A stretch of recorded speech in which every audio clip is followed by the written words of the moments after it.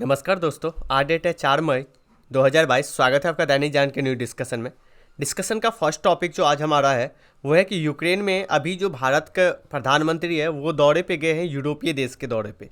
ठीक है, जिसके बारे में हमने कल भी चर्चा किया था। अभी ये तीन दिवसीय दौरे पे है, 3 दिनों तक यहाँ पे रहेंगे। तो वहाँ पे इन्होंने जब डेनमार्क के प्रधानमंत्री से मिले तो उसमें एक चीज़ें निकल के आई। इन्होंने बोला कि यूक्रेन में जो वॉर है ना, युद्ध जो चल रही है, इसको सिर्फ ख़त्म करना चाहिए। ये सिर्फ क्यों ख़त्म करना चाहिए, इसके लेके पूरा वर्ल्ड पे इफेक्ट पड़ रहा है। पूरे वर्ल्ड के जितने भी सप्लाई चेन है उस पर प्रभावित हो रही है। तो इसको लेके जल्द से जल्द इसको ख़त्म करने की बात की जा रही थी। लेकिन जब इनके प्रेस कॉन्फ्रेंस हुआ ना दोनों का संयुक्त रूप से, तो इन्होंने ना रूस के ऊपर कोई स्टेटमेंट देने से कतराए। मतलब कि कोई स्टेटमेंट नहीं दे, ये इनकी पुरानी रणनीति है।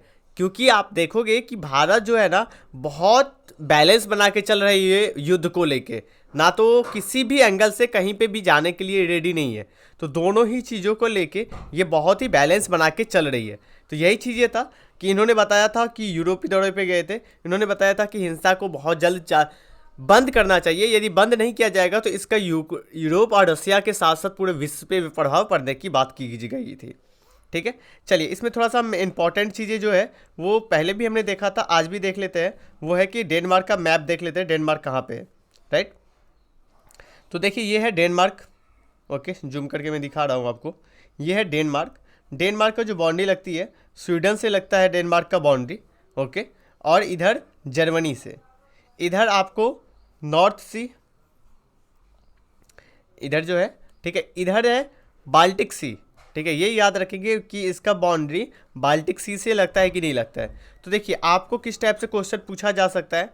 आपको स्टेटमेंट दे दिया जाएगा कि डेनमार्क का जो बाउंड्री है किन राज्यों से या फिर किस सी से नहीं लगता है या किस से लगता है। इस टाइप के बना के आपको कन्फ्यूजन कर दिया जाता है। तो इसको आप हर वक्त ध्यान में रखेंगे। ठीक है, तो पहला इधर स्वीडन से लगता है, इधर जर्मनी से नीचे 2 देशों से लगता है, इधर 2 देशों से लगता है, और इधर आपको एक सी से लगता है बाल्टिक सी, इधर नॉर्थ सी है। ठीक है, चलिए नेक्स्ट आर्टिकल देखते हैं कौन सा आर्टिकल इंपॉर्टेंट है। आर्टिकल है इस पेज के अंदर, पहला पेज के अंदर ये वाला आर्टिकल है इंपॉर्टेंट। इसको देखिए, दशकों की जो समस्या है ना वो 2 साल के भीतर खत्म होने की आसार जताई जा रही है। एक्चुअली दशकों की समस्या क्या है, यहाँ पे बात किया जाता है पूर्वोत्तर राज्यों का। अब बात आती है पूर्वोत्तर राज्य, तो आपको ये जानना जरूरी है कि भारत का पूर्वोत्तर राज्य कौन सा होता है। तो देखिए भारत का जो पूर्वोत्तर राज्य होता है ना, वो ये इसको बोलते हैं हम। ये जो आप क्षेत्र रहते हैं ये पूरा हमारा प्यारा इंडिया में है। ठीक है, ये पूरे जो क्षेत्र है, ये जो पूरे क्षेत्र है, इसको हम बोलते हैं पूर्वोत्तर भारत। इसको सिक्किम को नहीं ऐड किया जाता इसमें, ये पूर्वोत्तर भारत है। ठीक है, पूर्वोत्तर भारत में कौन कौन से राज्य आते हैं तो इसका नाम पहले देख लेते हैं हम। अरुणाचल प्रदेश, नागालैंड, मणिपुर, मिजोरम, त्रिपुरा, मेघालय और असम। तो 7 राज्य आते हैं। तो इसको हम 7 सिस्टर के नाम से भी जानते हैं। किसके नाम से जानते हैं? 7 सिस्टर। आप ध्यान में रखेंगे, 7 सिस्टर, 7 बहन के नाम से। और 7 सिस्टर +1 हो जाता है, तो +1 जो होता है वो होता है एक सिक्किम। ठीक है, सिक्किम जो है, सिक्किम को एक ऐड किया जाता है, तो सिक्किम ये है, याद रखेंगे ये सिक्किम है। और ये जो आपको ग्रीन वाला दिख रहा है ना, ये वाला एरिया ग्रीन वाला, ये एरिया है वेस्ट बंगाल का। तो ये पूर्वी भारत में हो जाता है, पूर्वोत्तर राज्यों में नहीं आता है। इसको लेके चलते हैं, इसका मैप देख लेंगे पूर्वोत्तर भारत का, तो थोड़ा सा और डिटेल में थोड़ा सा जाए इसके अंदर। तो इधर आप देखेंगे कि अरुणाचल प्रदेश के इधर जो साइड है, ठीक है, इधर म्यांमार का बाउंड्री लगता है, म्यांमार। ठीक है, इस तरफ बांग्लादेश का बाउंड्री लगता है। यहाँ पे आपका हो जाता है चाइना, तिब्बत वाला जो एरिया था अपना, चाइना का पार्ट ये है। उसके बाद इधर भूटान हो जाता है। तो 4 देश का भी बाउंड्री पूर्वोत्तर के आसपास घिरा हुआ है। ठीक है, अब देखिए, अब हम कंटेस्ट पे लौटते हैं। हमने इसको देख लिया। कंटेस्ट ये है कि पूर्वोत्तर जो राज्य है ना, इसमें बहुत ज़्यादा पहले से समस्या जो निकल के आई थी वो है कि नक्सलवादी समस्या, उग्रवाद की समस्या। तो ये जो नक्सलवाद, उग्रवाद, ये जो समस्या है ना, इसको लेके सरकार जो है बहुत ज़्यादा प्रॉब्लम में रहती थी। इसको लेके सरकार के द्वारा, खासकर गवर्नमेंट के द्वारा, इंडियन गवर्नमेंट के द्वारा एक कानून लेके आया गया था। ठीक है, जिस कानून का नाम क्या है? कानून का नाम है कि सशक्त बल सशक्त बल विशेष अधिकार अधिनियम यानी कि आफ्सा। ठीक है, आफ्सा को लेके बात की जा रही थी, तो अभी बहुत ज़्यादा कंट्रोवर्सी भी इस पर चल रहा था। और कंट्रोवर्सी के साथ साथ ये चीज़ें कि हमारे जो प्रधानमंत्री है इन्होंने स्टेटमेंट दिया था कि आफ्सा को बहुत जल्द पूरी तरह से समाप्त करने की बात की जा रही थी। ठीक है, कि उसको पूरी तरह से समाप्त कर दिया जाएगा। तो चलिए आफ्सा के बारे में, इसमें जो आर्टिकल है आफ्सा, उसके बारे में हम डिटेल से डिस्कस करते हैं एक्चुअली क्या है इसका बैकग्राउंड। देखिए, आफ्सा का पूरा नाम क्या है? सशस्त्र बल विशेषाधिकार अधिनियम। ठीक है, कंटेस्ट क्या है, संदर्भ ये है कि हाल ही में मोदी जी के द्वारा कहा गया था कि इस एक्ट को, सशस्त्र बल अधिनियम 1958 को क्या किया जाएगा, निरस्त कर दिया जाएगा, पूरी तरह से हटा दिया जाएगा। ठीक है, अब उन्होंने ये चीज़ें बताया कि 2014 से जो जारी है शांतिपूर्ण स्थिति का कारण, ठीक है, जिसके कारण से क्या है, हमने असम, मणिपुर, नागालैंड इसमें वापस ले लिया गया है। तो बहुत सारे क्षेत्रों से क्या किया गया है, वापस लिया गया है, लेकिन अभी भी ये पूरी तरह से पूर्णतः नहीं हटाया गया है पूर्वोत्तर राज्यों से। अब बात आता है, तात्पर्य होता है कि आफ्सा का तात्पर्य क्या होता है, मतलब क्या होता है। ठीक है, इसका मतलब सिंपल सा है, साधारण शब्दों में आप समझे तो ये जो अधिनियम है सशस्त्र बल विशेषाधिकार अधिनियम, इसके साथ साथ सशस्त्र जो बल है, ठीक है, जो आर्म फोर्स होते हैं, उनके पास अशांत जो क्षेत्र होता है, अशांत जहाँ पे शांति वाला क्षेत्र नहीं होता है, मैं बात भी करूँगा कि अशांत क्षेत्र कौन सा होता है। ठीक है, अशांत जो क्षेत्र होता है उस क्षेत्र में सार्वजनिक व्यवस्था को बनाए रखने के लिए उनके पास ये कानून होता है, अधिकार होता है, शक्ति होती है। ठीक है, ये उनके पास शक्ति है कि जो शांतिपूर्ण क्षेत्र नहीं है वहाँ पे क्या स्थापित किया जाए, लॉ एंड ऑर्डर को मान्यता दी जाए और शांति स्थापित करने की बात की जाती है। अब क्वेश्चन होता है कि सशस्त्र बल के पास क्या शक्ति प्रदान होता है, क्या शक्ति उनके पास रहता है।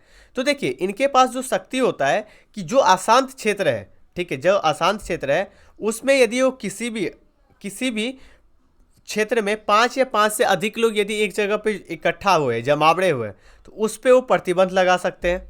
मतलब कि एक जगह पे 5 या 5 से अधिक व्यक्ति आप जमा नहीं हो सकते। ठीक है, उस पर प्रतिबंध लगाने का अधिकार है। उसके साथ साथ यदि कोई व्यक्ति कानून का उल्लंघन करता है या फिर उसको शक के दायरे में माना जाता है कि हाँ ये उल्लंघन कर सकता है, शक भी उस पर जाहिर होता है, तो उस पर उचित कार्रवाई, ठीक है, उचित कार्रवाई और बल या फिर गोली भी चलाया जाता है। ठीक है, मतलब कि शांति बनाने के लिए उनको गोली चलाने का अधिकार होता है। ठीक है, आफ्सा के तहत। उसके बाद होता है कि यदि किसी पे संदेह होता है तो बिना वारंट का, हम लोग क्या होता है कि अरेस्ट जो होता है ना, गिरफ्तारी होता है, तो गिरफ्तारी के लिए आपके पास वारंट होना चाहिए। जो पुलिस ऑफिसर जाता है तो बिना पुलिस ऑफिसर के पास वारंट का वो किसी व्यक्ति को गिरफ्तार नहीं कर सकता। लेकिन यह जिस क्षेत्र में आफ्सा लगा रहता है, ये अधिनियम, ठीक है, कानून, इस कानून के तहत क्या किया जाता है, उन लोगों को बिना वारंट का लोगों को गिरफ्तार कर लिया जाता है। यहीं तक नहीं, गिरफ्तार करने के साथ साथ उनके जो परिसर है, मान लीजिए कि उनके घर, उनका रिजॉर्ट, कोई भी चीज़ है, उनकी प्रवेश कर सकता है उसमें बिना परमिशन, बिना वारंट का, और उसमें जांच भी कर सकता है। ठीक है, और अग्नि जो शस्त्र होते हैं, यंत्र जो होते हैं, उस पर को रखने से क्या करते हैं, प्रतिबंध लगाते हैं। ठीक है, अब बात आता है, अरे भैया गिरफ्तार करने के बाद सेना करता क्या है उस व्यक्ति को? तो गिरफ्तार करने के बाद सेना उस व्यक्ति को जो नज़दीक के निकटती जो पुलिस स्टेशन है वहाँ पे अधिकारी को सौंप दिया जाता है। ठीक है, इन्होंने अधिकार वारंट पे किया, ठीक है, गिरफ्तार किया शक के आधार पे, और इनको सेना पुलिस ऑफिसर को, निकटती जो पुलिस ऑफिसर है उनको दे देता है, सौंप देता है। अब बात होती है कि ये जो अशांत क्षेत्र है, ये अशांत क्षेत्र की तो सबसे बड़ी खेल है। अब यदि अशांत क्षेत्र नहीं घोषित किया जाएगा तो ये तो एक्ट ही लागू नहीं होगा, ये कानून ही नहीं लागू होगा, तो किसी सेना के पास इतना तो अधिकार होगा नहीं। तो ये अशांत क्षेत्र घोषित कौन करता है, कौन लागू करता है, कौन बताता है कि कौन सा क्षेत्र अशांत है या नहीं है? तो ये जो अशांत क्षेत्र जो है ना, ये अधिनियम जो है सशस्त्र बल विशेषाधिकार अधिनियम, इसकी धारा जो 3 है के तहत, जो धारा 3 के तहत घोषित किया जाता है। ठीक है, इसको धारा 3 के तहत घोषित किया जाता है। किसके आधार पे? धार्मिक, नस्लीय, भाषा, क्षेत्रीय, सामूहिक या जातीय किसी भी समुदाय के बीच में यदि मतभेद रहता है या फिर विवाद होता है, विवाद के कारण उस क्षेत्र को घोषित कर दिया जाता है, अशांत घोषित कर दिया जाता है। अब मान लीजिए किसी भाषा के आधार पे, जनजाति जाति के आधार पे, ठीक है, उसके बाद समुदाय के आधार पे यदि किसी क्षेत्र में अशांति हो, विवाद हो, ठीक है, तो उस क्षेत्र को अशांत घोषित कर दिया जाता है। कर्ता कौन है घोषित?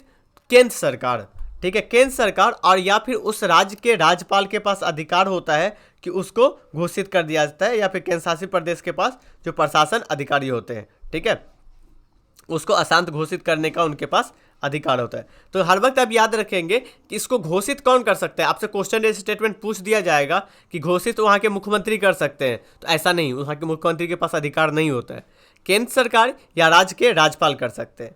अब इसमें ना आफ्सा जो एक्ट है, अब आफ्सा अधिनियम की समीक्षा करते हैं। देखिए, इसके लिए सरकार के द्वारा 2004 में एक कमेटी बनाई गई थी, जिस कमेटी का अध्यक्षता कर रहे थे बीपी जीवन रेड्डी, ठीक है, वीपी जो जीवन रेड्डी थे, इनकी अध्यक्षता कर रहे थे। ये 19 नवंबर 2004 को बनाया गया था। इसमें कितने सदस्य थे? 5 सदस्य थे, ठीक है, 5 सदस्य समिति बनाया गया था। ये समिति 1 साल के बाद अपनी रिपोर्ट जारी करता है, ठीक है, अपनी रिपोर्ट पेश करता है। इस रिपोर्ट में वो जो प्रस्तुत किए रिपोर्ट, उसमें बताया जाता है कि इस अधिनियम को आप क्या कर दीजिए, ख़त्म कर दीजिए, ठीक है, इस जो अधिनियम है इसको निरस्त कर दीजिए।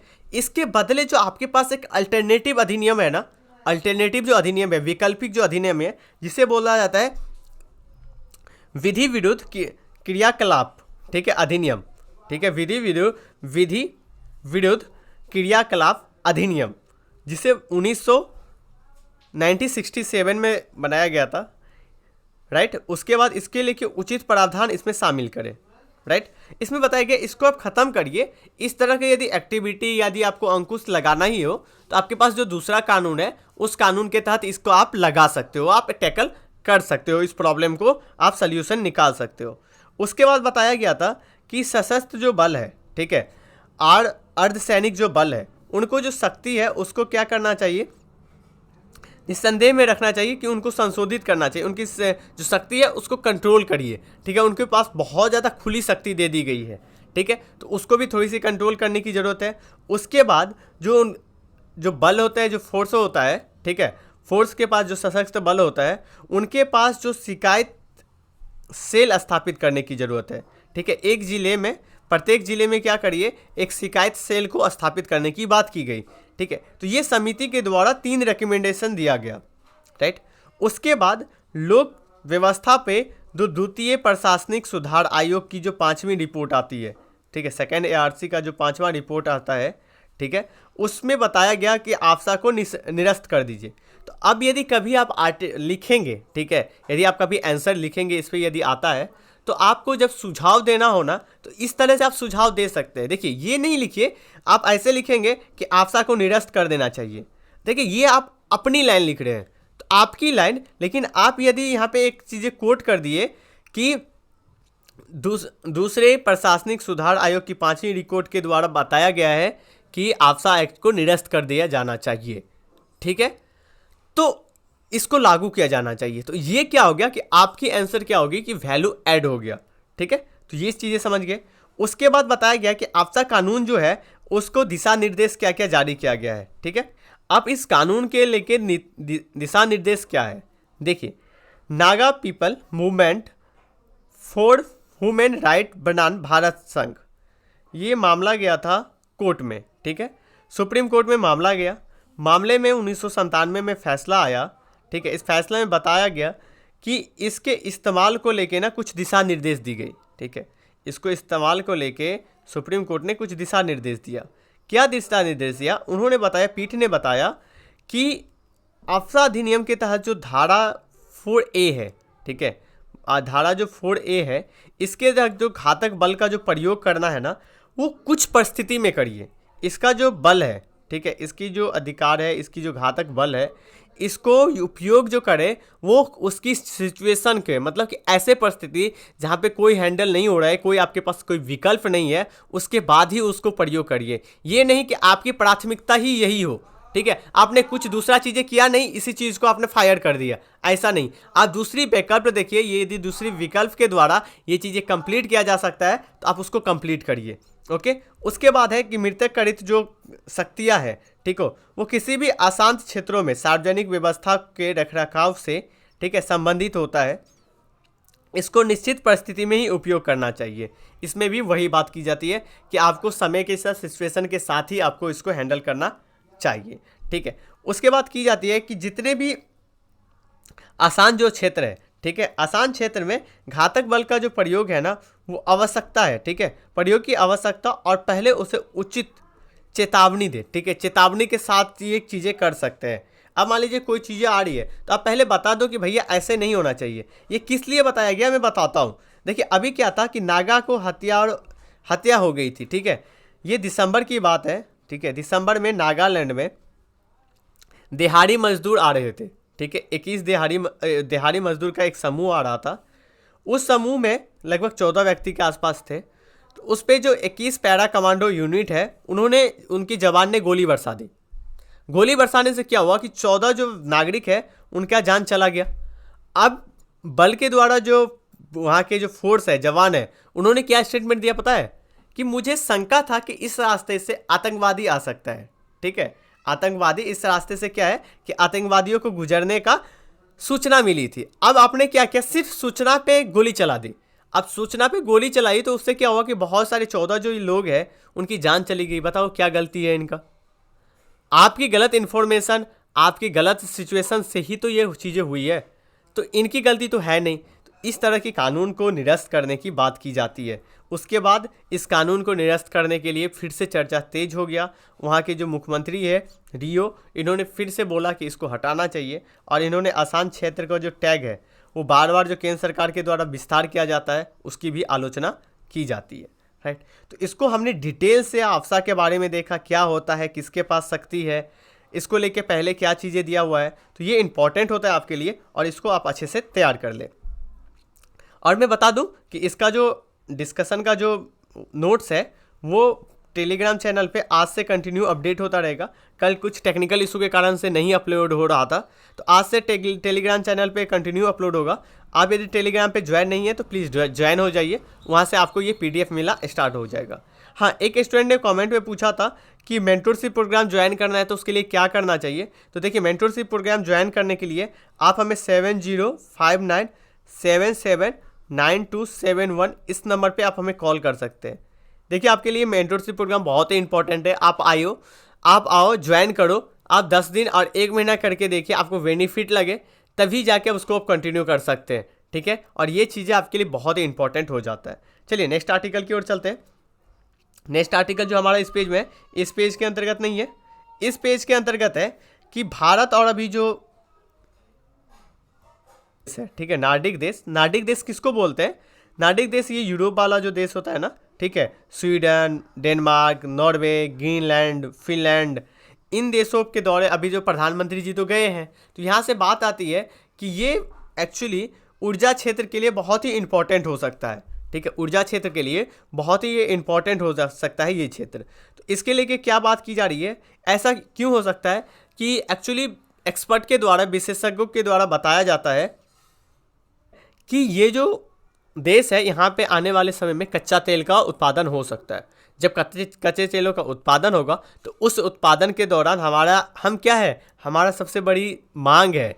ठीक है, और हमारे पास तो सप्लाई के लिए कुछ है नहीं, और भारत सबसे बड़ा बाजार के रूप में है। राइट, तो इसको लेके बात की गई थी। उसके साथ साथ अक्षय ऊर्जा की बात की गई थी। अक्षय ऊर्जा कौन सी होती है? ये जो पवन ऊर्जा, सौर ऊर्जा, ये सब क्या है? अक्षय ऊर्जा। ऐसी ऊर्जा जो ख़त्म नहीं होता हो, ठीक है, और जो ज़्यादा कार्बन डाइऑक्साइड नहीं छोड़ता हो, ठीक है, वो पर्यावरण के संतुलित होता है, मतलब पर्यावरण का फ्रेंडली होता है। ओके, उसके साथ साथ भारत के द्वारा क्या है कि भारत मेक इन इंडिया और स्टार्टअप इंडिया के कार्यक्रम में भी आमंत्रित किया कि इसको इन नॉर्वे जो कंट्री है उनको भी किया गया। ठीक है,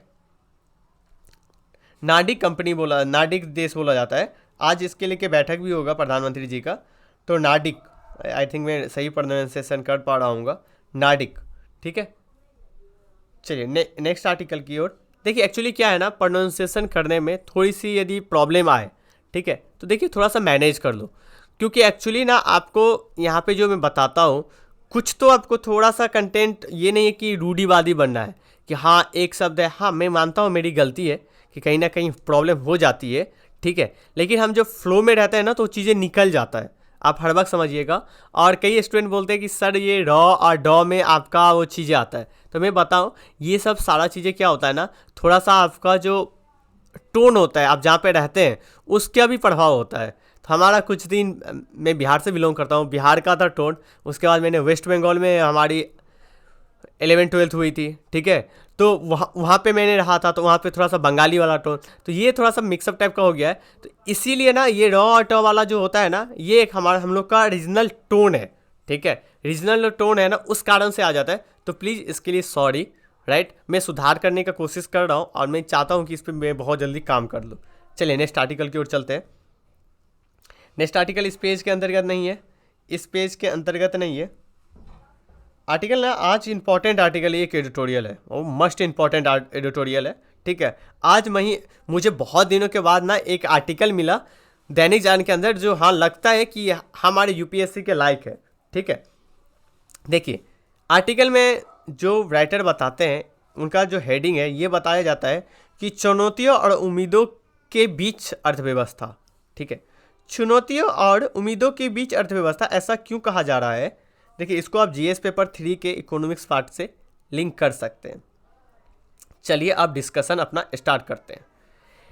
इसमें पहले चीज़ें बताया जाता है कि देखिए अभी ना हाल ही में हमारे यहाँ पे वैश्विक महामारी खत्म हुई। वैश्विक महामारी क्या था? कोविड-19, ठीक है। कोविड-19 खत्म हुआ। जैसे ही कोविड-19 खत्म हुआ, चीज़ें समान होना चालू हुआ कि आ गया यूक्रेन वॉर, रूस और यूक्रेन का वॉर। ऐसा नहीं है कि रूस और यूक्रेन का वॉर सिर्फ उसी दो कंट्री के बीच में सिमट के है, नहीं, उसका प्रभाव भारत पे भी पड़ रहा है, उसका प्रभाव दूसरे विश्व पे भी पड़ रहा है, ठीक है। ये यूक्रेन वाला वॉर जो है, एक मिनट ना पहले लेते हैं, हाँ, इसका प्रभाव दूसरे कंट्री पे भी पड़ रहा है, ठीक है। तो इससे भारत भी इसको लेके कोई अछूता नहीं है। तो इसके लेके जो हमारा सुधार चल रहा था, उस सुधार पे क्या है, ब्रेक लग चुकी है। ब्रेक लग चुकी है, तो ब्रेक लगने का काम क्या है? अभी जो सबसे प्रभावी, जो चिंताजनक जो चीज़ हुई है, वो हमारे सामने आया है महंगाई, ठीक है। महंगाई सबसे ज़्यादा बढ़ गया है। अब महंगाई केवल खाने पीने का वस्तु को लेके नहीं, ये ईंधन को भी दाम बढ़ाया है, ठीक है। उसके बाद जो कोर इन्फ्लेशन होता है, इन्फ्लेशन मतलब होता है महंगाई, ये वर्ड सुन लीजिए, ये इंग्लिश का वर्ड है इन्फ्लेशन। जो कोर इन्फ्लेशन होता है, मतलब कि सामयिक जो मुद्रास्फीति होती है, उसका भी रुझान ज़्यादा हुआ है। अब कोर इन्फ्लेशन का मतलब हुआ कि कच्चा माल, ठीक है। कोर जो इन्फ्लेशन होता है वो कच्चा माल, यदि कच्चा माल महंगा हो जाएगा तो किसी भी गुड्स, मतलब मैं मान के चलता हूँ ये बिस्किट है। अब बिस्किट पहले क्या था कि गेहूँ हमें 10 रुपये मिल जाता था, ठीक है। तो गेहूँ का ये बनता है, मान लीजिए कि बिस्किट, तो गेहूँ एक रॉ मटेरियल के रूप में, मुझे कच्चा माल के रूप में गेहूँ मिल गया 10 रुपये। लेकिन अब इस गेहूँ का कीमत 10 रुपये मिलता था, तो ये फाइनल निकलता था 3 रुपये, ठीक है। बाद में टैक्स ऐड करके, टैक्स सारा चीज़ें ऐड करके ये कस्टमर को मिलता था 5 रुपया में, ठीक है। लेकिन अब क्या हुआ, गेहूं का रेट बढ़ गया 15 रुपया। तो अब इस पे रेट क्या हो गया कि 5% मान लीजिए कि ज़्यादा हो गया, 3.5, तो मतलब अब 3.5 रुपये में मिल रहा है। अब 3.5 रुपये मिल रहा है, तो कस्टमर क्या करेगा? ये तो क्या हो गया, महंगा हो गया। तो अब इसको बेचा कितने में जाएगा? कम से कम 6 रुपया में। तो इसका कहाँ पे इफेक्ट पड़ रहा है? महंगाई पे इफेक्ट पड़ रहा है, ठीक है। तो यहाँ पे ना दो तरह का महंगाई की बात की जाती है। एक महंगाई आपका होता है कि मांग जनित महंगाई, एक होता है कॉस्ट जनित महंगाई। इसको भी मैं थोड़ा सा इकोनॉमिक्स का टर्मोलॉजी आपको समझा देता हूँ, महंगाई जब आ ही गया है, ठीक है। एक होता है मांग जनित महंगाई, आपने इससे यूपीएससी क्वेश्चन में पूछी है, डिमांड पुल इन्फ्लेशन, ठीक है। मांग जनित महंगाई, देखो मांग जनित महंगाई क्या होता है? मांग जनित महंगाई सिंपल सा होता है कि मांग मतलब डिमांड बढ़ने से किसी भी वस्तु को मांग बढ़ने से दाम बढ़ेगा, तो उसको बोलते हैं हम मांग जनित महंगाई, ठीक है। जिसके अंतर्गत क्या हुआ कि कोई व्यक्ति ने क्या किया कि बहुत ज़्यादा चीज़ें, उसकी सैलरी बढ़ गई, ठीक है। क्या सरकार ने क्या किया, बहुत ज़्यादा खर्चे बढ़ा दी, तो उससे भी मांग बढ़ जाती है, ठीक है। उसके बाद देते हैं कॉस्ट पुल इन्फ्लेशन। अब कॉस्ट पुल इन्फ्लेशन होता है, तो कॉस्ट पुल इन्फ्लेशन क्या होता है कि हमने अभी क्या देखा कि चीज़ों का बनाने का जो उत्पादन का होता है ना, उसका कॉस्ट बढ़ जाना, उसका मूल्य बढ़ जाना, तो उससे क्या होता है कि दाम बढ़ गया। एक होता है कि आपूर्ति कम है, मांग बढ़ गया, तो क्या होगा, दाम बढ़ जाएगा। लेकिन एक तरफ क्या होगा कि मांग जो है ना, वो किसके ऊपर बढ़ रहा है, कॉस्ट के ऊपर, कॉस्ट बढ़ रहा है, उसके कारण ही मांग बढ़ रही है, ठीक है। तो इसको हम याद करके रखेंगे और इसको समझेंगे। एक्चुअली ये कोड एक्चुअली इकोनॉमिक्स का टर्म हो जाता है। नेक्स्ट चीज़ ये बताया जाता है राइटर के द्वारा, ये इन्फ्लेशन बढ़ जाता है। तो इसमें आप देखेंगे कि कच्चे जो माल है उसकी बढ़ोतरी हो जाती है। इसका प्रभाव किस पे पड़ता है? हमने देखा कि उपभोक्ता पे प्रभाव पड़ता है। उसके साथ साथ आप देखेंगे कि कोयले और गैस का भी आपूर्ति पे प्रभाव पड़ा है। कोयले और गैस की आपूर्ति पे प्रभाव का कारण क्या है? प्रभाव से क्या प्रॉब्लम आई है, समस्या क्या है? बिजली संकट। आप देखेंगे कि अभी पूरे राज्यों में हमने आर्टिकल भी डिस्कस किया था कल या परसों, तो बिजली संकट भी हमारे सामने बहुत ज़्यादा निकल के आई है। अब बात की जाती है कि भारत की जो अर्थव्यवस्था है, जिसमें चुनौती जो है ना दो चार है, मतलब चुनौती की बात की जाती है, जिसमें महंगाई जो है ना वो सबसे प्रमुख चुनौती है। ठीक है, ये महंगाई जो प्रमुख चुनौती है ना, ये सबसे ज़्यादा प्रभावित किसको करता है? गरीबों को। ठीक है, ये गरीबों को ही सबसे ज़्यादा प्रभावित करता है। और उनके जो रोज़मर्रा के जीवन में, गरीब क्या होते हैं कि रोज़मर्रा के जीवन में ज़्यादा से ज़्यादा खान पीन के चीज़ों पे ही इन्वेस्ट करते हैं, राइट। जो मान लीजिए कि 500 रुपया एक दिन में कमाने वाला है, 400 रुपया कमाने वाला है, तो समझिए कि 300 का तो कम से कम खाएगा उसके घर में फैमिली। तो देखिए कि उनके सबसे ज़्यादा जो निकटती चीज़ है वो खाने पीने का सामान है। अब जब खाने पीने का सामान ही शॉर्टेज हो जाएगा, कम हो जाएगा, तो समझिए क्या होगा? महंगाई बढ़ेगी ना। यहाँ पे यदि महंगाई ज़्यादा हो गया तो उनके पास बचत ज़्यादा नहीं होगा। पहले ये 500 रुपये कमाते थे, ठीक है, तो 300 का सामान खरीदते थे। अब महंगाई बढ़ गया तो ये 400 का सामान खरीद रहे हैं। ठीक है, तो अब इनके पास क्या हुआ? 100 रुपया ही बचा। जब इनके पास 100 रुपया बचा तो ये जो दूसरी ज़रूरत की जो चीज़ें हैं उसको वो नहीं खरीद पाएंगे। ठीक है, तो यहाँ पे यही चीज़ें बताया जाता है कि पोजेबल जो इनकम होता है कि यानी कि दूसरे मद के जो खर्चा होते हैं वो नहीं कर पाते हैं। ठीक है, अब बात किया जाता है कि इस मांग को कम करने के लिए ना सरकार भी काम कर रहा है, और उसके साथ साथ सरकार के साथ साथ बैंक भी काम कर रहा है, केंद्रीय बैंक भी काम कर रहा है। तो देखिए केंद्रीय बैंक क्या करता है, आप सीधा सीधा समझिएगा। केंद्रीय बैंक मुद्रास्फीति के माध्यम से, ठीक है, मुद्रास्फीति के माध्यम से इसको कम किया जाता है। मुद्रास्फीति के माध्यम से क्या कम किया जाता है? इस पे इन्होंने ब्याज दर कम करते हैं, ब्याज दर कम करते हैं।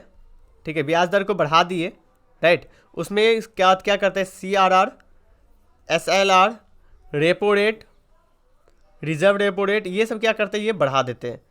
अब इससे बढ़ाने से क्या होता है कि कंपनी के पास ज़्यादा पैसा लोन के रूप में नहीं जाता है। जब कंपनी के पास ज़्यादा पैसा नहीं जाएगा तो कंपनी क्या करेगी? ज़्यादा रोजगार नहीं देगा। ठीक है, रोजगार नहीं दे पाएगी तो मार्केट से क्या होगा? पैसा निकलता है। और मार्केट से जब पैसा निकलेगा तो मांग कम होगा, और मांग कम होगा तो दाम कम होने का उम्मीद जताया जाता है। ठीक है, दाम कम होगा। तो ये चीज़ें टर्मिनोलॉजी है। तो इसमें क्या है कि हमारे जो आर्थिक जो केंद्रीय बैंक है, ठीक है, वो केंद्रीय बैंक क्या कर रहे हैं यहाँ पे? एक मिनट में इसको बैलेंस करो। ठीक है, केंद्रीय बैंक ये ब्याज दर जो है उसको घटाने की बात की जा रही है। उसके बाद बात होता है कि केंद्रीय सरकार के द्वारा हाल ही में आप देखेंगे जो मुफ्त राशन बिकता है, ठीक है, जो प्रधानमंत्री गरीब कल्याण योजना के तहत जो राशन दिया जाता है उसका समय सीमा भी बढ़ाया गया। समय सीमा इसलिए बढ़ाया गया कि लोगों को कम से कम चावल और गेहूँ राशन की जो सामान है, मूलभूत जो सामान है, उसकी कम से कम सस्ते दामों में मिल जाए, उनको फ्री मुफ्त में मिल जाए, जिससे कि कहीं ना कहीं उनकी बचत हो। ठीक है, और उनके जो बोझ है ना, ये हमारे जो महंगाई का बोझ है वो कहीं ना कहीं कम हो सके इनके पास। ठीक है, उसके बाद सरकार की इस तरह के यदि लेके आते हैं तो इससे क्या होता है आपको पता है? राजस्वीय जो घाटे होते हैं ना वो बिगड़ता है, बैलेंस बिगड़ता है। क्योंकि आप फ्री में सामान देंगे तो सामने से जो गेहूं आता है वो फ्री में नहीं आता है, किसान को 10 रुपये पे करना पड़ता है, या फिर सरकार भी खरीदती है, सरकार अपने घर में उत्पादन नहीं करती है। तो इससे क्या होता है कि बैलेंस बिगड़ती है। ठीक है, तो आर्थिक सब्सिडी का बोझ बढ़ता है तो इससे बैलेंस बिगड़ता है। उसके बाद ये देखिए, ये महंगाई सिर्फ भारत तक ही सीमित नहीं है, भारत के साथ साथ दुनिया विश्व में इसकी प्रभाव देखने के लिए मिलता है। आप पश्चिमी देश में लीजिए कि पश्चिमी देश की जो मुद्रास्फीति है वो 4% लक्ष्य के आगे जाता था। ठीक है, 4% टारगेट के, सॉरी 2%। भारत में क्या है? 4% है +-2। ठीक है, ये याद रखेंगे कि भारत में कितना प्रतिशत रखा गया है, तो 4 + -2 ये मुद्रास्फीति है। ओके, तो यहाँ पे यूरोपीय कंट्री में कितना रखा गया है? पश्चिमी कंट्री में, वेस्टर्न कंट्री में 2%। लेकिन देखिए कि अमेरिका के जो रिजर्व बैंक है, ठीक है, इन्होंने हाल में ही अमेरिका की जो ब्याज दर है उसको भी कम करने की बात की गई है, क्योंकि अमेरिका में बहुत ज़्यादा भी महंगाई आ गई है। तो ये लोग ब्याज दर कम करने की बात की जाती है। अब जब ब्याज दर कम करने की बात की जाती है तो इससे कहीं ना कहीं जो निवेश होता है, ठीक है, जो विदेशी संस्थागत निवेश होता है उसमें बढ़ोतरी होने से अमेरिका के लोग क्या हो गए, निवेशक अमेरिका तक ही सीमित रह जाएंगे, उनका उतने बचत नहीं होगा जो कहीं और ज़्यादा वो निवेश कर सके। तो इसलिए भारत सहित जो अन्य उभरती अर्थव्यवस्था है, जो विकासशील अर्थव्यवस्था है, उनको क्या चाहिए, बाजार के लिए पूंजी चाहिए। ठीक है, अब पूंजी का माध्यम क्या होता है, दो माध्यम होता है। पूंजी लाने का दो माध्यम होता है। किसी भी बिजनेस करने के लिए पूंजी चाहिए, दो माध्यम होता है। एक माध्यम होता है या तो आप एक काम करो, आप ऋण ले लो किसी से। ठीक है, किसी से ऋण ले लो। दूसरा काम क्या करो, दूसरा काम आप किसी को मतलब अपने शेयर बेचो, किसी से निवेश ले लो। ठीक है, आपके यहाँ पे निवेश किया जाए। तो इसमें क्या है कि निवेश के माध्यम से पैसा सामने निकल के आती है। तो निवेश नहीं आता है तो हमारे लिए क्या है कि विकास रुक जाएगी, विकास नहीं हो पाएगा। अब बताया जाता है कि 2013 में भी ऐसा ही हालात हुआ था, लेकिन तब के तुलना में अभी क्या है कि विदेशी मुद्रा भंडार में कोई कमी नहीं आई है। हमारे सबसे जो अभी अच्छा साइन ये है कि विदेशी मुद्रा भंडार शॉर्टेज नहीं है। उस समय में विदेशी मुद्रा भंडार में भी कोई प्रॉब्लम आ गई थी। उसके बाद बताया जाता है कि अंतर्राष्ट्रीय स्तर पे अभी क्या है कि वैश्विक जो सुस्ती के कारण, ठीक है, सस्त के कारण, महंगाई के कारण जो आर्थिक वृद्धि का असर वैश्विक महंगाई पे भी पड़ रहा है। ठीक है, विश्व के महंगाई पे पड़ रहा है। उसको लेके क्या है कि निर्यात का तेजी से कारण बढ़ रहा है। तो आप देख रहे हैं कि निर्यात भी भारत का बहुत ज़्यादा बढ़ रहा है। अभी भी आप देखेंगे कि अप्रैल में भी पहले के तुलना में 20 या 22% की बढ़ोतरी हुई है। हम नीचे जाके आर्टिकल बात करेंगे। ठीक है, अब यहाँ पे एक चीज़ें देखेंगे कि चाइना में क्या हुआ है कि कोविड-19 पुनः फिर से वापस आ गया है। चाइना में कोविड-19 का प्रभाव बहुत ज़्यादा आ गया है। ठीक है, तो जिससे कि उनकी जीरो कोविड पॉलिसी है उसको चुनौती देखने के लिए मिला है। ठीक है, अब देखिए चाइना क्या है, वर्ल्ड में जो सप्लाई होती है ना, आपूर्ति श्रृंखला का केंद्र माना जाता है। ठीक है, यहाँ पे बहुत ज़्यादा केंद्र माना जाता है। जब केंद्र पे ही प्रभाव पड़ जाएगा सप्लाई वाले पे, तो कहीं ना कहीं इसका जो प्रभाव तो पूरे विश्व पे पड़ेगा। ठीक है, यही बात की जाती है कि इसकी प्रभाव हमें क्या देखने के लिए मिलता है, पूरे वर्ल्ड पे देखने के लिए मिलता है। राइट, उसके बाद इसमें राइटर ना कुछ सुझाव देते हैं। ठीक है, इस मुश्किल माहौल में कुछ संकेत देते हैं कि कुछ सकारात्मक संकेत करना चाहिए। पहला चीज़ें ये बताते हैं राइटर कि सरकार को कर राजस्व में तेज़ी से बढ़ोतरी हो रही है। एक अच्छा सकारात्मक जो चीज़ होती है, ठीक है, ये बताते हैं। देखिए कोई भी मुश्किल समस्या में आप रहते हैं ना, तो कहीं ना कहीं आपके लिए एक पोटेंशियल भी सामने निकल के आती है।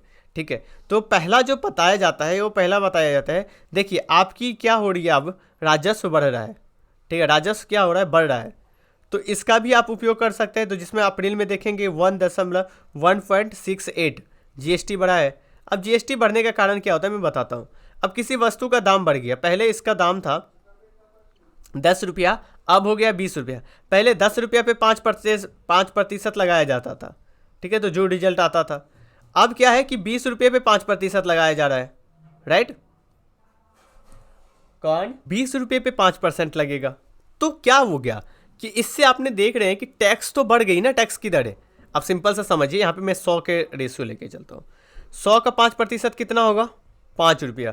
तो पहले सरकार के पास 5 रुपया आता था, अब सरकार क्या कर रही है, 200 रुपये किसी वस्तु का कीमत हो गया। ठीक है, 200 रुपये किसी वस्तु का कीमत हो गया, तो 200 रुपये का कितना हो जाएगा, 10 रुपये 5%। तो 10 रुपया हो जाएगा, सॉरी ये परसेंट नहीं होगा, ये 5 ये 10। तो पहले 5 रुपया आता था, अब 10 रुपया आ रहा है। ये 10 रुपया आने का कारण क्या है, कारण ये है कि महंगाई बढ़ चुकी है। तो एक तो सरकार आप खुशी मना लो कि आपके राजस्व बढ़ रहा है, लेकिन राजस्व ऐसे नहीं बढ़ रहा है, महंगाई बढ़ने से बढ़ रहा है। ठीक है, तो ये सारी चीज़ें होती है, पहला चीज़ें बताया जाता है। उसके बाद दूसरा चीज़ें बताया जाता है, सकारात्मक चीज़ क्या हुई है कि कोविड-19 के कारण ना बाजारें बहुत अच्छी तरीके से भी क्या हो रही है, रिकवर हो रहा है। ठीक है, तो रिकवर होने के कारण क्या है कि हमारे जो कोविड-19 के दौरान ना सेवा सेक्टर जो थे, सेवा सेक्टर जैसे कि होटल, रेस्टोरेंट, ठीक है, उसके बाद आप देख सकते हो कि स्कूल, कॉलेज, इंस्टीट्यूट बहुत ज़्यादा, वार्ड, ये सब सारी चीज़ें बंद पड़ा हुआ था, सिनेमा हॉल, ये सब बंद पड़ा हुआ था। लेकिन अभी क्या है, ये भी ओपन हो चुका है। तो यहाँ से भी हमारा क्या है, राजस्व बढ़ना चालू हो गया है। और शहरों का ना, सबसे शहर में जो गरीबी बढ़ना था, ठीक है, इस कारण से आपने देखा होगा कि कोविड-19 के दौरान बहुत सारे लोग क्या थे, घर से नहीं निकल रहे थे।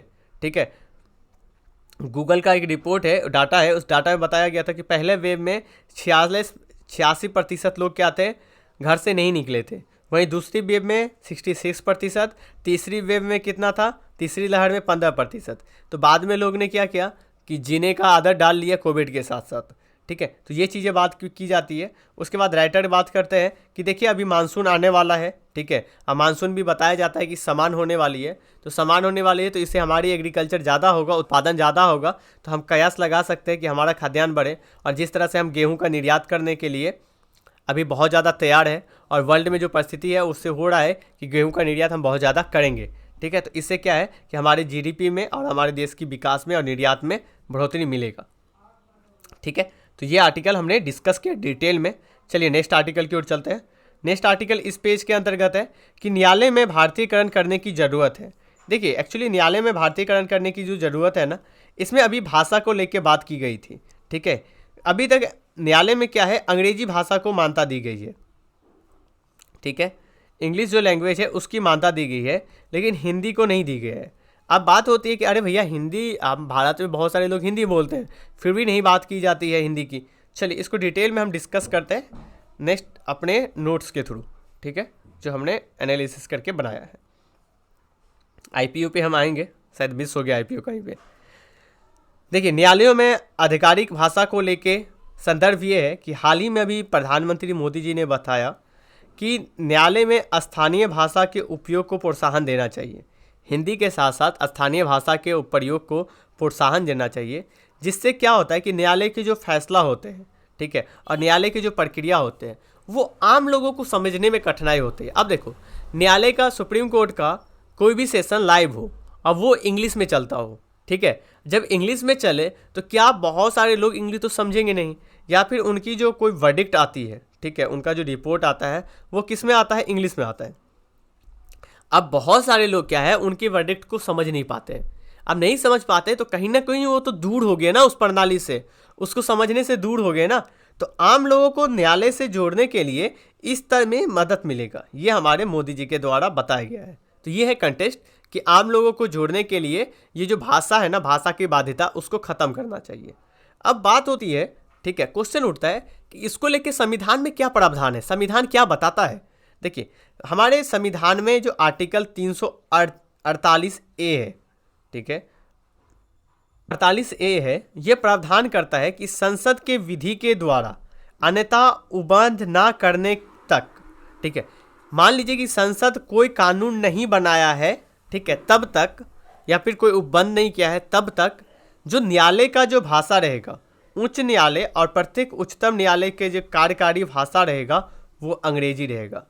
कब तक, जब तक कि संसद कुछ नहीं करता है, तो मतलब कि इंग्लिश, ठीक है। उसके बाद बात किया जाता है कि अनुच्छेद 348 क्लोज 2, ठीक है, के अंतर्गत बात किया जाता है कि किसी भी राज्य के राज्यपाल, ठीक है, की पूर्व सहमति से उच्चतम न्यायालय की कार्यवाही में हिंदी भाषा, फिर या स्थानीय प्रशासित जो भाषा होता है, दूसरे जो लैंग्वेज होते हैं, रीजनल लैंग्वेज, उसके उपयोग का प्राधिकरण कर सकता है, बशर्ते कि उच्चतम न्यायालय द्वारा जो दी गई है। देखिए इसमें बताया गया जो उसका कार्यक्रम चलता है, जो चीज़ें चलती है, तो वहाँ के जो राष्ट्रपति है, सॉरी, वहाँ के उस राज्य के जो राज्यपाल है और राष्ट्रपति है, उसकी यदि सहमति होती है, पूर्व सहमति से इसमें कोई रीजनल लैंग्वेज या फिर हिंदी में कार्यकाल चलाया जा सकता है, लेकिन बशर्ते उच्चतम न्यायालय अपनी जो निर्णय, अपनी जो डिग्री, ठीक है, ठीक है, उसके बाद ये जो आदेश, जो भी चीज़ें करेंगे ना, ये केवल इंग्लिश लैंग्वेज ही में करेंगे, ठीक है। आप प्रक्रिया, बातचीतें, वहाँ पे सारा चीज़ें होना हिंदी में हो सकता है, लेकिन बाकी जो चीज़ें हो वो इंग्लिश में ही होगा।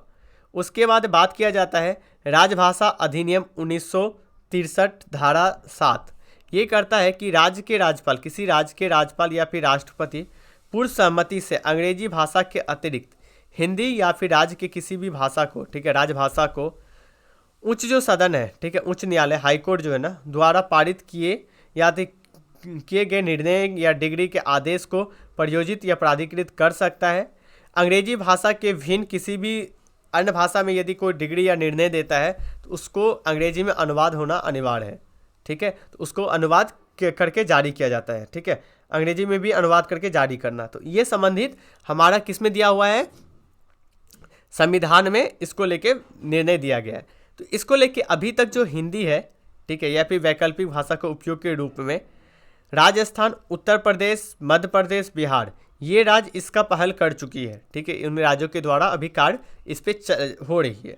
अब बात होती है अधीनस्थ न्यायालय का क्या भाषा होता है। तो देखिए, अधीनस्थ न्यायालय का जो भाषा है ना, ये सिविल प्रक्रिया संहिता 1908 के तहत जो शुरुआत की गई थी उसी का चीज़ें बताया गया है। इसमें दो बात की जाती है। पहला चीज़ है कि जिला न्यायाधीश जो होता है ना, जिला न्यायालय, ठीक है, उसकी भाषा ही अधीनस्थ अधिनियम की भाषा होती है। ठीक है, अधिन्यायालय की भाषा वही भाषा होती है जो जिला न्यायालय का होता है। ये कहाँ पे दिया हुआ है? सिविल प्रक्रिया संहिता के धारा 137 के तहत चीज़ें बताई गई है। उसके बाद बात किया जाता है कि राज्य कार्यवाही को लेके तो क्षेत्रीय भाषा, ठीक है, आधारिक भाषा को रूप में घोषित किया जा सकता है। तो ये हमने आर्टिकल डिस्कस कर लिया। चलिए नेक्स्ट आर्टिकल की ओर चलते हैं। नेक्स्ट आर्टिकल अब इस पेज के अंतर्गत नहीं है। इस पेज के अंतर्गत ये है कि बिना शुल्क के यूएई, ठीक है, अभी आपने ब्रिटेन के साथ देखा होगा, ब्रिटेन के साथ मतलब इंग्लैंड के साथ हमारा फ्री ट्रेड एग्रीमेंट चालू हुआ था। वो जो फ्री ट्रेड एग्रीमेंट चालू हुआ था ना यूएई के साथ, तो वो अब क्या हो गया कि अब यहाँ पे आयात निर्यात चालू हो चुका है इनके साथ। तो यही चीज़ें बात की जाती है। उसके बाद बात किया जाता है कि देखिए निर्यात में बढ़ोतरी हुई है। अप्रैल में 24% की वृद्धि हुई है। पहला जो था अभी जो इस अप्रैल में 2022-23 वाले में, ठीक है, 38.19% की वृद्धि निर्यात हुआ है। जो पिछले साल जो था उसमें 24% का हुआ था। ठीक है, पिछले साल के मुकाबले 24.22% की वृद्धि हुई है। ठीक है, लेकिन इसमें ना आयात, हमने निर्यात में वृद्धि हुई है, परंतु आयात जो है ना, वो आयात कितना है अभी भी 58.26, ठीक है, 58.26 जो डॉलर है उसका निर्यात किया गया है। तो अभी भी हमारा जो व्यापारी घाटा है 20.07% है। ठीक है, अभी भी ये चीज़ें है। तो इसमें यही बात की जाती है कि इसको ख़त्म करने के लिए, शॉर्टेज करने के लिए सरकार को क्या करना चाहिए, आत्मनिर्भर की ओर हमें ज़्यादा अग्रसर बढ़ने की ज़रूरत है। ठीक है, हम तो निर्यात में बढ़ रहा है लेकिन आयात भी हमारा आयात कम नहीं हो रहा है। हमें निर्यात को बढ़ाना चाहिए और आयात को कम करना चाहिए, और ये जो व्यापारी घाटा है उसको कम करने की काम करनी चाहिए। ठीक है, चलिए नेक्स्ट आर्टिकल की ओर चलते हैं। नेक्स्ट आर्टिकल इस पेज में नहीं है। नेक्स्ट आर्टिकल इस पेज में है कि एक्चुअली देखिए, जो कैलाश सत्यार्थी थे ना, जिनको नोबेल पुरस्कार मिला था, वो भारत के थे। ठीक है, इन्होंने बोला कि भारत में जो समस्या था, ठीक है, जो बाल श्रम वाला, उससे कहीं ना कहीं भारत निकल रहा है, भारत सामने आ रहा है। और इनके द्वारा बात किया गया है कि 2047 तक भारत में मतलब कि हर एक बच्चे को क्या मिलेगा, सुरक्षित शिक्षा की बात की जाती है। ठीक है, हर एक बच्चा सुरक्षित और शिक्षित होगा, ये बात की जाती है। तो ये थोड़ा सा इंपॉर्टेंट है, कोट आप डाल सकते हैं ऐसे में भी। ठीक है, नेक्स्ट आर्टिकल की ओर चलते हैं। नेक्स्ट आर्टिकल इस पेज में नहीं है, ये पेज में इंपॉर्टेंट आर्टिकल नहीं है। एक आर्टिकल हमारा छूट गया जो मुझे याद है, ठीक है, वो था आईपीओ से संबंधित। एलआईसी में ना आज से जारी हो जाएगा आईपीओ, तो आपको मैं समझाता हूँ थोड़ा सा। ये रहा, राइट, इसको स्किप कर दिया था हमने। आज से क्या है कि आम लोगों के लिए एलआईसी का आईपीओ खुल जाएगा। ठीक है, तो अब आईपीओ को हम थोड़ा सा समझ लेते हैं। ओके, ये आईपीओ जो है उसे बोला जाता है initial public offering. Initial public offering मतलब होता है कि पब्लिक को पहली बार ऑफर करना। ठीक है, पहली बार सार्वजनिक तौर पे शेयर बाजार में बिक्री करने के लिए कोई चीज़ आती है। मैं बताता हूँ, मान लीजिए एक कंपनी है, अभी तक क्या है कि इनको मैंने क्या बोला, पूंजी चाहिए।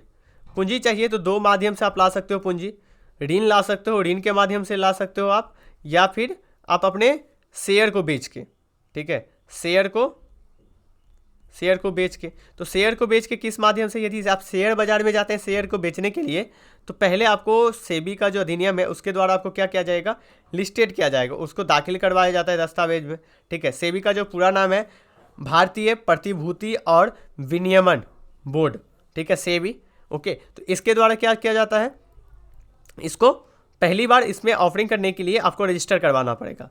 अब रजिस्टर करके और पहली बार यदि अपना शेयर आप मार्केट में लाते हैं शेयर बाजार में, ठीक है, तो उससे ही हम आईपीओ कहते हैं। ठीक है, उसे ही आईपीओ कहते हैं। इसको पब्लिक लिमिटेड कंपनी भी कहा जाता है। जब से आईपीओ के बाद ये क्या हो जाती है, पब्लिक लिमिटेड कंपनी। अभी तक क्या है कि पब्लिक लिमिटेड, पब्लिक के द्वारा नहीं खरीदा गया है इसमें शेयर, लेकिन अब क्या है, ये पब्लिक के द्वारा खरीदा गया है शेयर, तो ये पब्लिक लिमिटेड हो जाती है। ठीक है, ये कौन करता है, स्टॉक एक्सचेंज के माध्यम से, स्टॉक के माध्यम से, बॉन्ड के माध्यम से। ठीक है, इसमें खरीद बिक्री की जाती है, राइट। उसके बाद इसमें सेबी के बारे में दिया हुआ है कि सेबी है उसको 1992 में बनाया गया था, ठीक है, स्थापित किया गया था। इसका पूरा जो नाम है ये किस अधिनियम के तहत बना था, तो भारतीय प्रतिभूति और विनियमन बोर्ड अधिनियम 1992 के तहत बनाया गया था। यह एक विधायी निकाय है। तो आप आज कमेंट बॉक्स में हमें बताएंगे कि विधायी निकाय क्या होता है, ठीक है। और आपको कोई भी रिलेटेड कोई इशू आता हो तो आप हमें कमेंट बॉक्स में कमेंट कर सकते हैं, ओके।